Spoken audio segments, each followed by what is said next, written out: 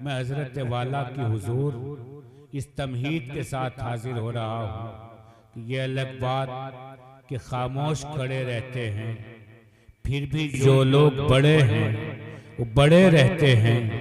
ऐसे दुर्वेशों से मिलता है उनका शजरा जिनके कदमों पर कई ताज पड़े रहते हैं।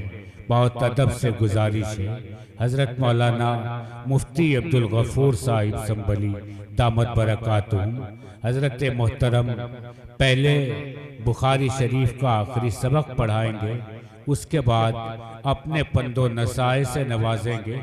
हज़रत वाला के खिताब के बाद फ़ौरन 2 निकाह होंगे और 2 निकाह के बाद 2 हाफिज़ों की दस्तारबंदी होगी। उसके बाद इंशाअल्लाह हज़रत सदर आली वक़ार की दुआ पर यह मजलिस इंशाअल्लाह अपने इख्तिताम को पहुँचेगी। एक साहब ने जिनका निकाह होना है उन्होंने अपना पर्चा पहुँचा दिया है, एक और पहुँचा दें और स्टेज के बिल्कुल सामने आकर बैठ जाएं। वो बच्चियां अपनी किताब खोल ले, हजरत आखिरी सबक पढ़ा रहे हैं।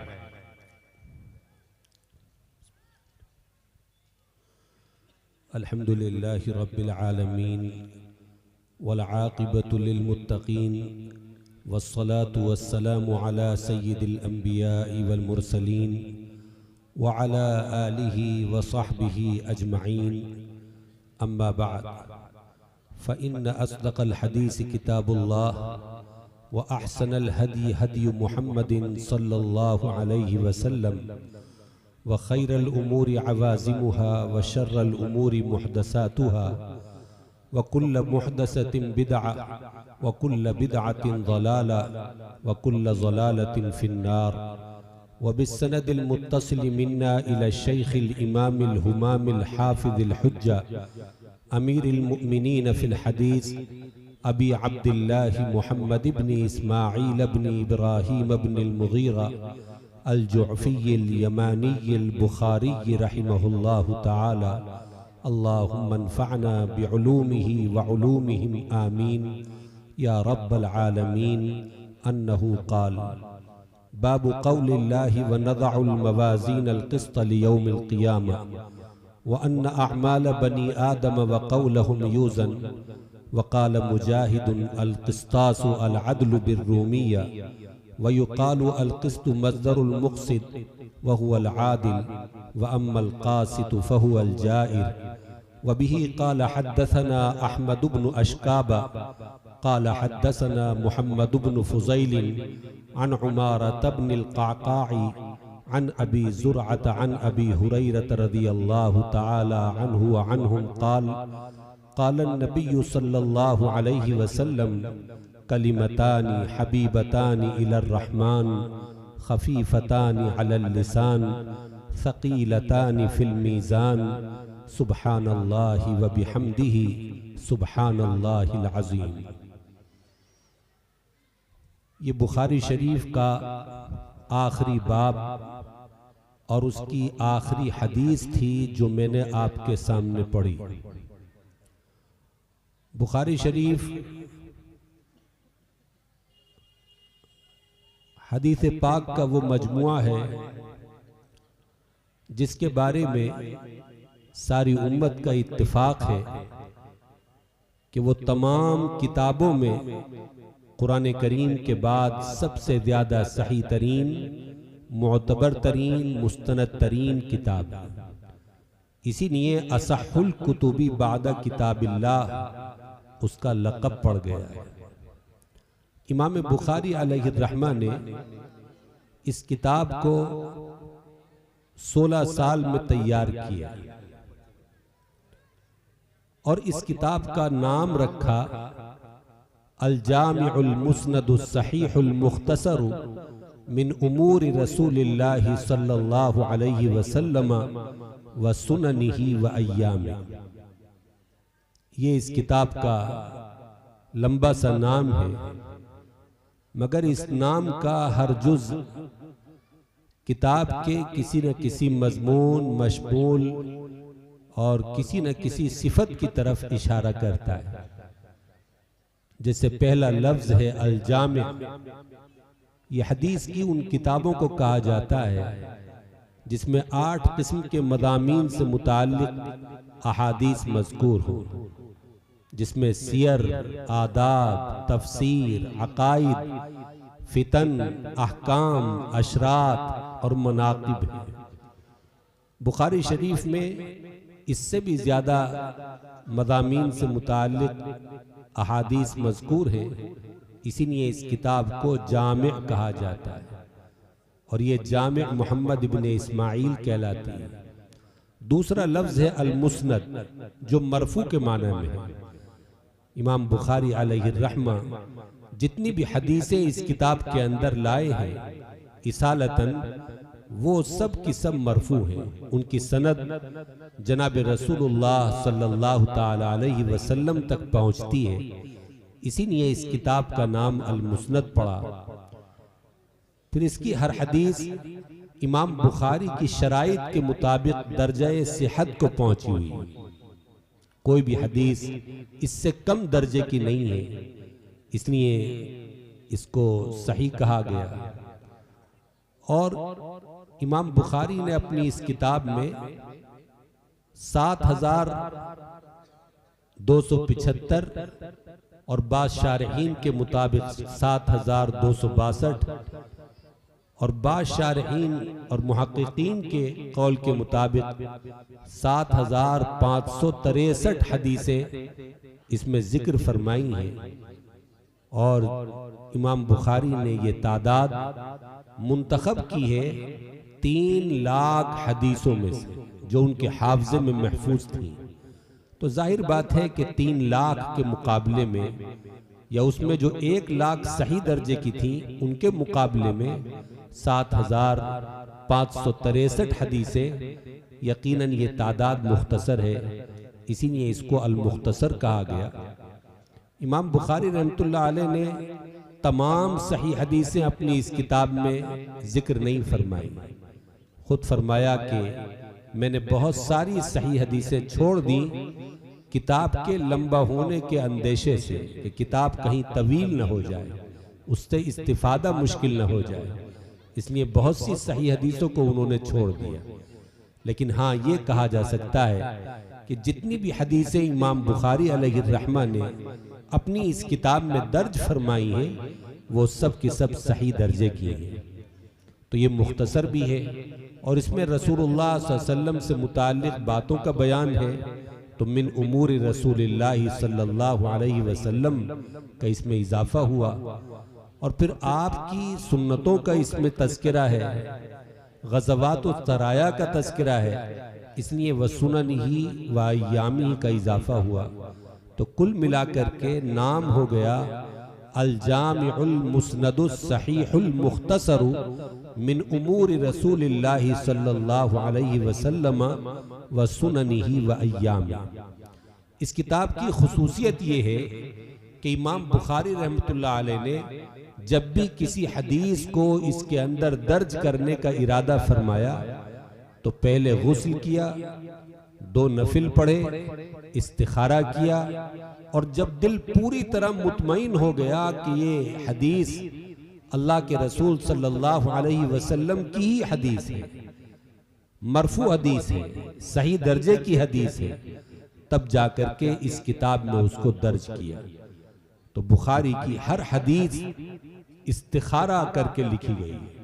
ये एहतमाम हदीस की किसी और किताब में देखने को नहीं मिलता जो इमाम बुखारी ने इस किताब में फरमाया है। कूफे में, बगदाद में, शाम में, हिजाज मुक़द्दस में, जहां भी उनको ये मालूम हुआ कि किसी के पास अल्लाह के रसूल की कोई हदीस है, वो सफ़र करते, लंबे लंबे सफ़र करके वहां पहुंचते और उससे उस्ताद से इल्म हासिल करते और हदीस हासिल करके लेकर के आते और फिर इस किताब के अंदर इस्तिखारा करके लिखते। बड़ी मशक्क़तों के सफ़र उन्होंने किए हैं। बाद असफार के दौरान ज़ादे राह, तोशे राह ख़त्म हो गया, खाने पीने का सामान खत्म हो गया तो इमाम बुखारी रहमतुल्लाह अलैह ने दरख्त के पत्ते चबा कर के वक्त गुजारा। वैसे भी बड़े मुहतात थे खाने पीने के मामले में। उन्होंने अपनी दुनिया की तमाम लज्जतों को, मजों को तर्क कर दिया था, छोड़ दिया था। खुद एक मर्तबा फरमाया कि मैंने 40 साल से सालन इस्तेमाल नहीं किए, सूखी रोटी खाती। आप सोचिए कि पूरी जवानी उनकी इसी तरह तर्क लज्जात में गुजरी। आज हम तो खाने पीने पर मरते हैं, हर वक्त ये कोशिश करते हैं कि हमें हर वक्त अच्छे से अच्छा सालन दस्तरखान पर हो, लजीज खाने हो जिनसे कामो दहन मुअत्तर हो। लेकिन इमाम बुखारी रहमतुल्लाह अलैह की कुर्बानी देखिए कि 40 साल तक सालन ही इस्तेमाल नहीं किया। अल्लाह ताला अपने ऐसे ही मुखलिस बंदों की खिदमतों को कबूल फरमाता है। जब इस किताब को मुकम्मल करने का नंबर आया तो वो हरम शरीफ में पहुंचे, मक्का मुकर्रमा, और वहां अपनी इस किताब को साफ करके लिखा, तबयीज फरमाई। फिर मदीने पाक गए। मदीना मुनव्वरा में मस्जिद नबवी के अंदर एक मकाम है जिसको रियाजुल जन्ना कहा जाए। जो लोग हज करने के लिए गए हैं, उम्रे पर गए हैं, उन्हें ये सआदत मिली होगी कि उन्होंने वहां नमाज पढ़ी होगी, दुआएं मांगी होंगी। अल्लाह ताला हम सबको बार बार उस मकाम पर ले जाए। वो बड़ा मुतबर्रक मकाम है। या तो वो टुकड़ा जन्नत से आया है या कयामत के बाद उसको जन्नत में शामिल किया जाए। ये खुसूसियत है उसकी। वहां दुआएं कबूल होती। उसी मुकद्दस मकाम पर बैठ करके इमाम बुखारी ने इसके तराजिम अब्वाब तहरीर फरमाए और अपनी किताब को बिल्कुल आखिरी शक्ल दे करके मुकम्मल फरमा दी। तो ऐसे मुकद्दस मकामात पर यह किताब लिखी गई, बुखारी शरीफ। फिर अपने असातिज़ा की खिदमत में पेश की, तवादो और आजिज़ी के साथ। इमाम अली इब्नुल मदीनी, यहया इब्न मईन, इमाम अहमद इब्न हम्बल जैसे किबारे मुहद्दिसीन उनके असातिज़ा थे। सब ने तस्दीक व तस्वीब फरमाई, दुआओं से नवाजा। तो इमाम बुखारी ने इसका दर्स शुरू किया और 80,000 उलमा ने बराह रास्त इस किताब को खुद इमाम बुखारी से पढ़ा। 80,000 उलमा ने ये किताब खुद इमाम बुखारी से पढ़ी।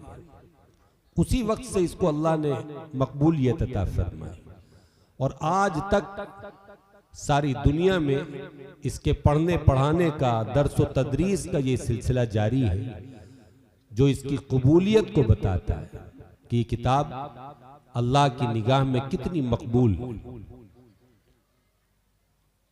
बाद मुहद्दिसीन ने लिखा है कि उनके ख्वाब में जनाब रसूलुल्लाह सल्लल्लाहु अलैहि वसल्लम तशरीफ लाए और आपने आकर के उनसे कहा, क्या तुम मेरी किताब नहीं पढ़ते? उन्होंने अर्ज किया, या रसूल अल्लाह, आपकी किताब कौन सी? आका ने फरमाया, जामे मोहम्मद इब्ने इस्माइल, यानी बुखारी शरीफ।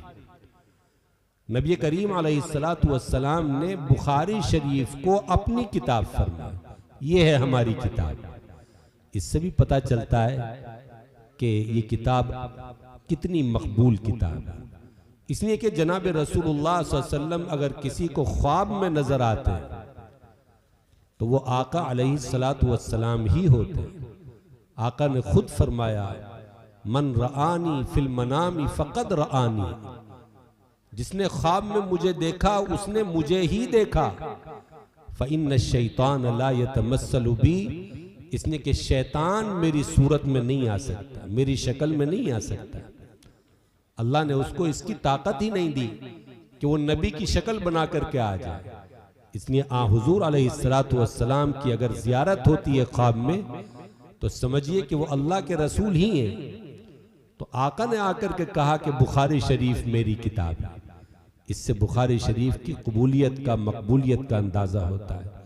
बड़ी खुशनसीब है वो बच्चियां जिन्होंने इस साल बुखारी शरीफ पढ़ी और अब ये आखिरी हदीस पढ़ करके उनकी बुखारी शरीफ मुकम्मल हो रही है। अल्लाह ताला इन बच्चियों को कबूल फरमाए, इनके अंदर सलाहियतें पैदा फरमाए और दीन की खिदमतों के लिए इनको कबूल फरमाए। इस किताब को इमाम बुखारी रहमतुल्लाह अलैह ने इखलास की हदीस से शुरू किया। सबसे पहली हदीस जो इमाम बुखारी लेकर के आए हैं वो है इन्नमल अअमालु बिन्नियात व इन्नमा लिकुल्लि इम्रिइन मा नवा फमन कानत हिजरतुहु इला दुनिया युसीबुहा अव इम्राअतिन यनकिहुहा फहिजरतुहु इला मा हाजरा इलैहि। जिसका खुलासा ये है कि इंसान जिस नियत से अमल करेगा उसकी उस नियत के मुताबिक ही अल्लाह ताला उसको अमल का बदला अता फरमाएगा। अगर किसी ने अल्लाह को राजी करने के लिए, खुश करने के लिए, रब की रजा के लिए कोई अमल किया तो उसे अल्लाह ताला की खुशनुदी मिलेगी, अल्लाह की रजा हासिल होगी, उसका वो अमल काबिल कबूल होगा। दुनिया के अंदर भी उसकी बरकतें जाहिर होंगी और आखिरत में भी उस अमल का अजर सवाब मिलेगा, क्योंकि उसने इखलास के साथ ये अमल किया। इसको इखलास कहा जाता है।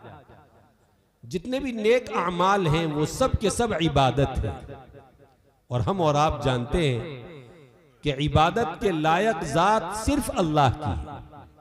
हम कल्बे तय्यबा में इकरार करते हैं ला इलाहा इल्लल्लाह, अल्लाह के सिवा कोई इबादत के लायक नहीं, कोई माबूद नहीं। इबादत सिर्फ अल्लाह के लिए की जाएगी, उसमें किसी को शरीक नहीं किया जाएगा। तो जब हम नेक अमल अल्लाह के लिए करते हैं तो हमारा वो नेक अमल इबादत बन जाता है और अल्लाह ताला उसको कबूल फरमा लेता है।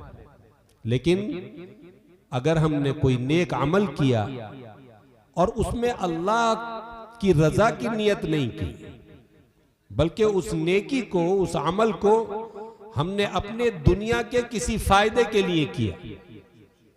एक आदमी हज करने जाता है ताकि लोग मुझे हाजी कहें, एक आदमी खूब सदका खैरात करता है ताकि लोग मुझे सखी कहें, हातिम ताई कहें, एक आदमी लंबी लंबी नमाजें पढ़ करके लोगों को दिखाता है ताकि लोग मुझे इबादत गुजार कहें, नेक कहें।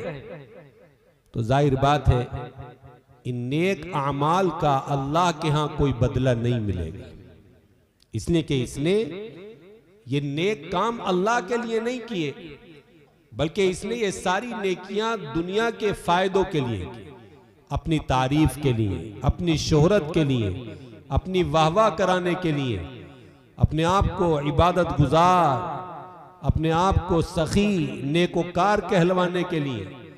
क़यामत के दिन अल्लाह ताला ऐसे बंदों के अमाल को मुंह पर मार दे और कोई अजर सवाब उनको अता नहीं किया जाए। हदीस पाक में आता है नबी करीम सल्लल्लाहु ताला अलैहि वसल्लम ने फरमाया कि बंदों के अमाल अल्लाह के सामने पेश किए जाएं और अल्लाह ताला फरिश्तों से फरमाएगा इसका फला अमल ले लो और फला फेंक दो, फला अमल कबूल कर लो, फला छोड़ दो। फरिश्ते अर्ज करेंगे या अल्लाह, आप जिस अमल को फेंकने के लिए हुक्म फरमा रहे हैं इसका वो अमल तो नेक मालूम हो रहा है, नमाज है, रोजा है, सदका और खैरात है, हज और उम्रे हैं, और आप कह रहे हैं फेंक दो। अल्लाह फरमाएगा कि हाँ ये नेक अमाल है, लेकिन इसने ये नेक अमाल मेरे लिए नहीं किए थे और आज मैं सिर्फ बंदों का वही अमल कबूल करूंगा जो उन्होंने मेरे लिए किया। इसलिए पहाड़ों जैसी, समंदरों जैसी बड़ी बड़ी नेकियां और बड़े बड़े अमल अल्लाह ताला क़यामत के दिन फिकवा देगा, वो रायगा और बेकार हो जाएंगे। और बंदों की सारी मेहनत बेकार चली जाएगी सिर्फ इसलिए कि उन्होंने गलत नियत से, फासिद नियत से वो अमल किया। अच्छी नियत से रब को राजी करने के लिए, अल्लाह को खुश करने के लिए वो अमल नहीं किया। इससे ये मालूम हुआ कि अक्लमंद आदमी वो है, समझदार आदमी वो है, खुशनसीब और खुशकिस्मत आदमी वो है कि जो अपने हर अमल को सिर्फ अपने रब के लिए, अल्लाह की रजा और खुशनुदी के लिए करता है। उसका हर अमल फिर काबिल कबूल होता है, उसको रिकॉर्ड किया जाता है, नाम अमाल में लिखा जाता है और क़यामत के दिन उसके उस नेक अमल पर अल्लाह ताला अज्र और सवाब भी अता फरमाए। वहां फायदा पहुंचेगा, उस अमल का नफा मिलेगा, जन्नत में दाखिला भी नसीब होगा जब अमाल कबूल हो जाए। इसलिए इरादा कर ले कि आज के बाद कोई भी अमल हम दिखावे के लिए नहीं करें, बल्कि बाद हदीसों से तो पता चलता है कि जब कोई आदमी दिखावे के लिए कोई नेक काम करता है तो सवाब के बजाय उस पर और ज्यादा गुनाह पड़ता है, और गुनाह भी मामूली नहीं, शिर्क का गुनाह। हदीस पाक में आता है मन सल्ला युराई फकत अशरका, जिसने दिखावे के लिए नमाज पढ़ी उसने शिर्क किया। वमन तसद्दक़ युराई फकत अशरका, जिसने दिखावे के लिए सदका किया उसने शिर्क किया। वमन साम युराई फकत अशरका, और जिसने दिखावे के लिए रोजा रखा उसने शिर्क किया। दिखावा अल्लाह को पसंद नहीं है, रियाकारी अल्लाह को पसंद नहीं है। हदीस में आता है कि बाज बंदे ऐसे होते हैं कि जब कोई उनको देख रहा होता है तो लंबे लंबे सजदे करने लगते ताकि लोग तारीफ करें। यही शिर्क खफी है, यही शिर्क असगर है, छोटा शिर्क, पोशीदा शिर्क कि बंदे को पता भी नहीं चलता और वहां शिर्क का गुनाह इसके नाम अमाल में लिख जाता है। अल्लाह हम सब की हिफाजत फरमाए। बहुत से लोग हैं हज करके आते हैं, सबको बताते फिरते हैं हमने इतने उम्रे किए, इतने तवाफ किए, ये किया वो किया। मजलिस में बैठते हैं तो अपनी नेकियां गिनाना शुरू कर देते हैं। मैं रोजाना इतनी सवेरा उठ जाता हूँ, तहज्जुद पढ़ता हूँ, फला करता हूँ, रोजाना इतने पारों की तिलावत करता हूँ। कुर्बानी के लिए जानवर लाएंगे तो पूरे महल्ले में घुमा करके दिखाएंगे, इतने हजार की भैंस लाए, इतने हजार का जानवर खरीदा, ताकि लोग तारीफ करें कि फला हाजी साहब ने, सेठ साहब ने तो बहुत ज्यादा पैसों वाला बकरा इस साल कुर्बान किया है, बड़े पैसों की भैंस कुर्बान की है। मेरा अजीज दोस्तों और बुजुर्गों, ये तारीफ एक मिनट के लिए होती है। एक सेकंड किसी ने तारीफ कर दी, बात खत्म हो गई, लेकिन आपका नुकसान कितना बड़ा होगा कि हमेशा हमेशा के लिए जो सवाब आपको मिलने वाला था, जो अमल आपको जन्नत के अंदर ले जाने वाला था, आपका वो अमल बेकार हो, वो रायगा हो गया। अब उस पर अल्लाह के यहां कोई बदला नहीं, इसलिए कि अल्लाह ताला क़यामत के दिन कहेगा कि तूने ये अमल दुनिया में तारीफ कराने के लिए किया था, जा दुनिया के अंदर तेरी तारीफ हो चुकी, दुनिया वालों ने तेरी तारीफ कर दी, इसी के लिए तूने काम किया था, ये काम तो तेरा हो चुका, इसका नफा तुझे मिल चुका, अब यहां कोई बदला नहीं, यहां तुझे कोई अजर सवाब नहीं दिया।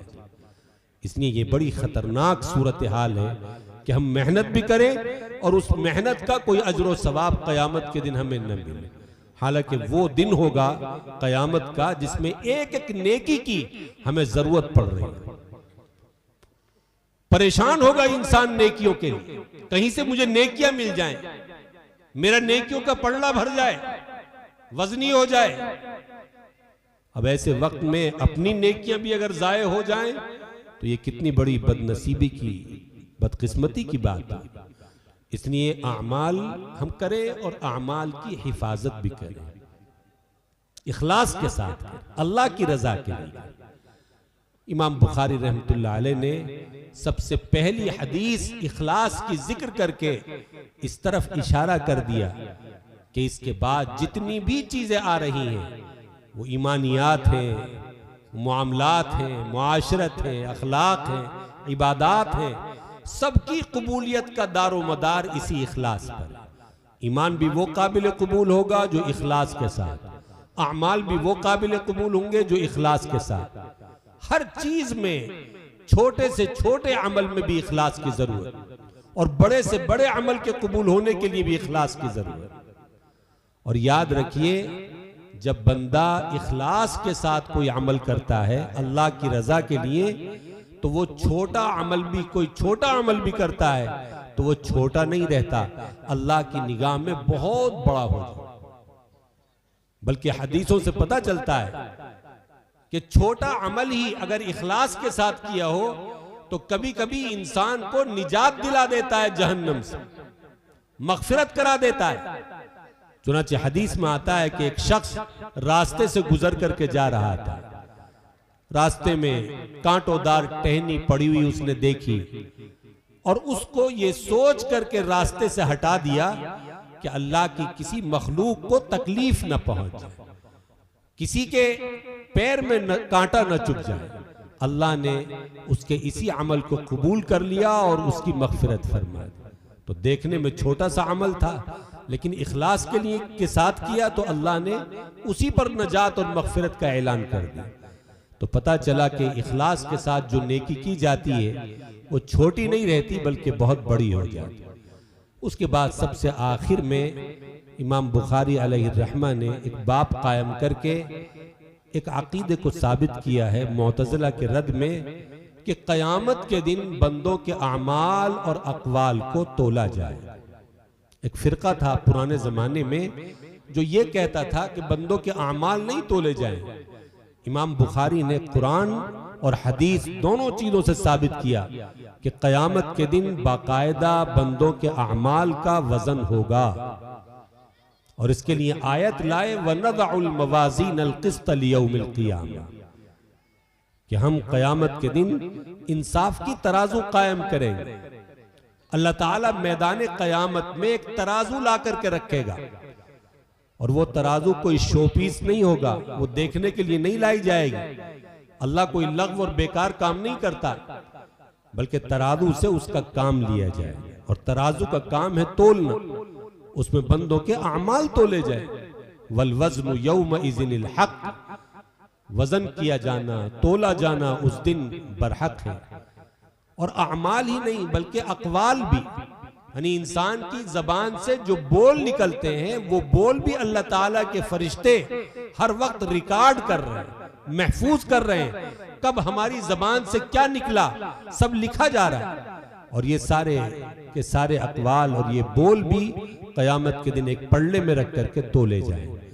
जिसकी नेकियों का पल्ला भारी होगा वो जन्नत में, जिसके गुनाहों का पल्ला भारी हो जाएगा वो जहन्नम के अंदर जाएगा, जो बदतरीन ठिकाना है, जिसकी घाटियां, वादियां, दरख्त, पत्थर, कंकर, पहाड़ और टीले सब कुछ आग का है, अंगारों का बना हुआ।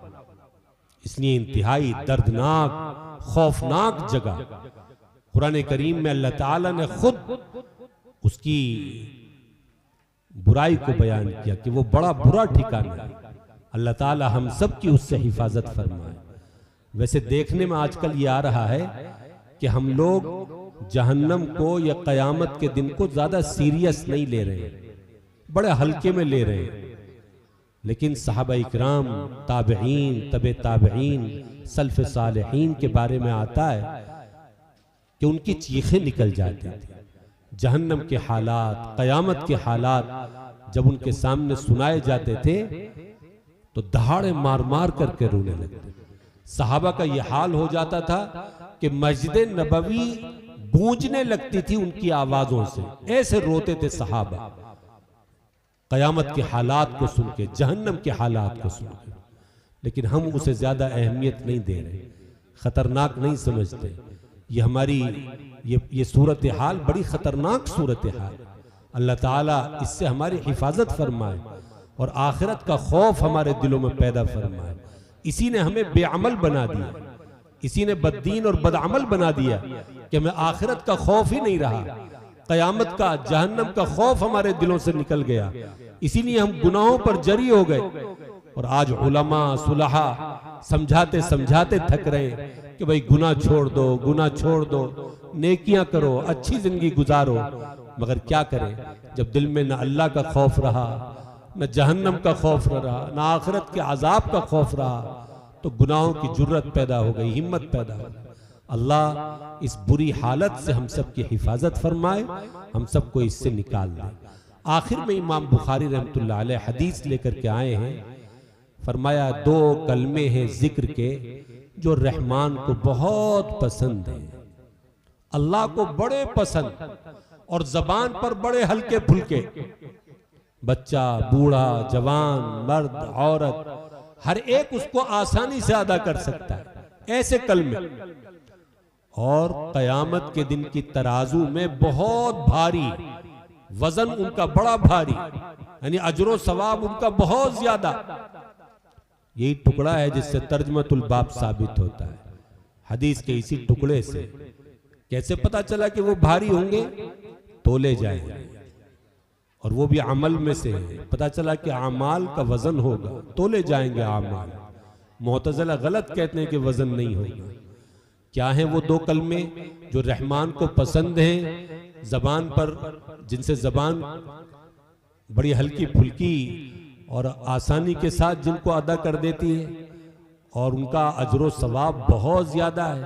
फरमाया वो 2 जिक्र के कलमे ये हैं, सुबहान अल्लाह व बिहम्दिही, सुबहान अल्लाहिल अज़ीम। इसमें अल्लाह की तक़दीस का बयान, अल्लाह की पाकी का बयान, अल्लाह की हम्द व सना का बयान, उसकी आज़मत का बयान है। ये 2 कलमे अल्लाह को बड़े पसंद।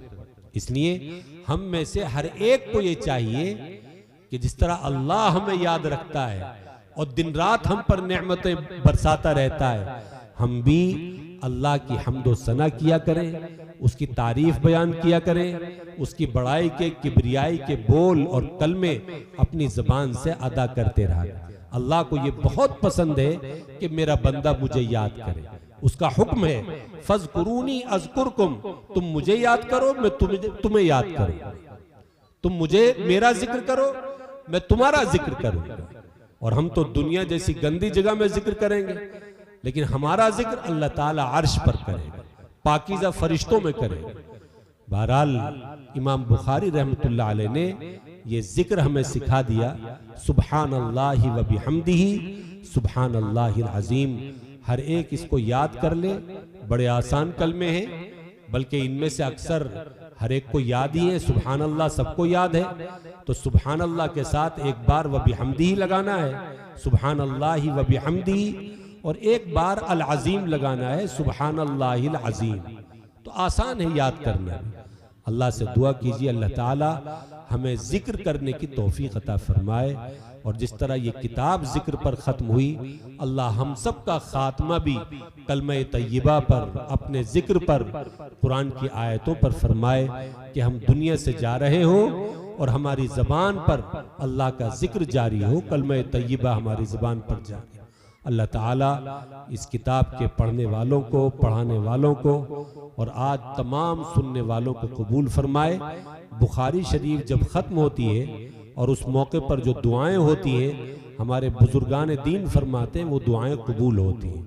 इसलिए आखिर में दुआ होगी, तमाम हजरात दुआ में शरीक होकर के जाएं, अपने लिए भी दुआ करें, अपने वालिदैन के लिए, आइज़ा अक़रबा और सारी उम्मत के लिए उसमें दुआएं मांगें।